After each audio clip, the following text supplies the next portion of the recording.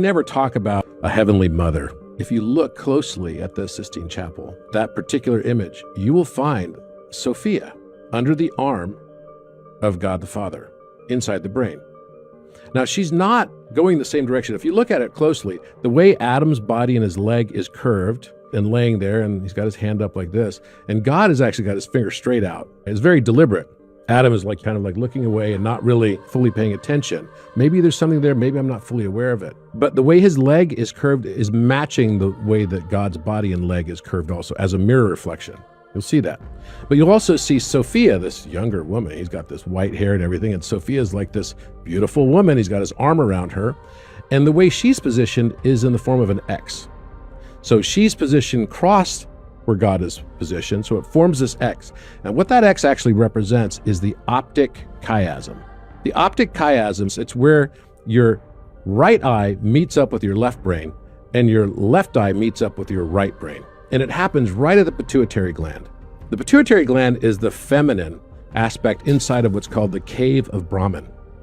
Cave, or the wedding hall, as it's often referred to. What this is basically pointing to is that you've got a masculine principle, you've got a feminine principle. The pituitary gland is right at the optic chiasm.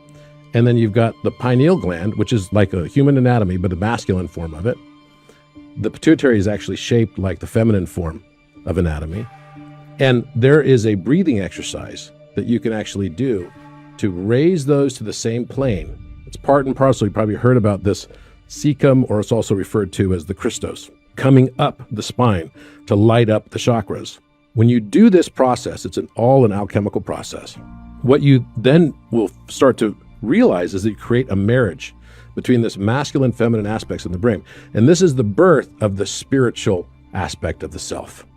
That's why it's also called the womb, not only the cave of Brahman, but it's shaped just like a womb. If you look at a view of it as a photograph, the thalamus is shaped just like the womb is shaped. And inside that, there's a little walnut-shaped thing that's right at the top, coming right up the Sushumna, right? So you've got the Ida Pingala, the masculine form, the feminine form, these two snakes creating the staff of Hermes. And right at the top of that is this thalamus. And this thalamus becomes a new entry doorway for the initiate to then be able to experience Shambhala. You'll find this across many, many different esoteric teachings.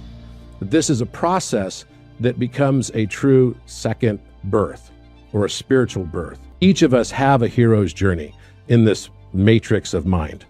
And that's why I do believe that it's all literally planned out because of cause and effect.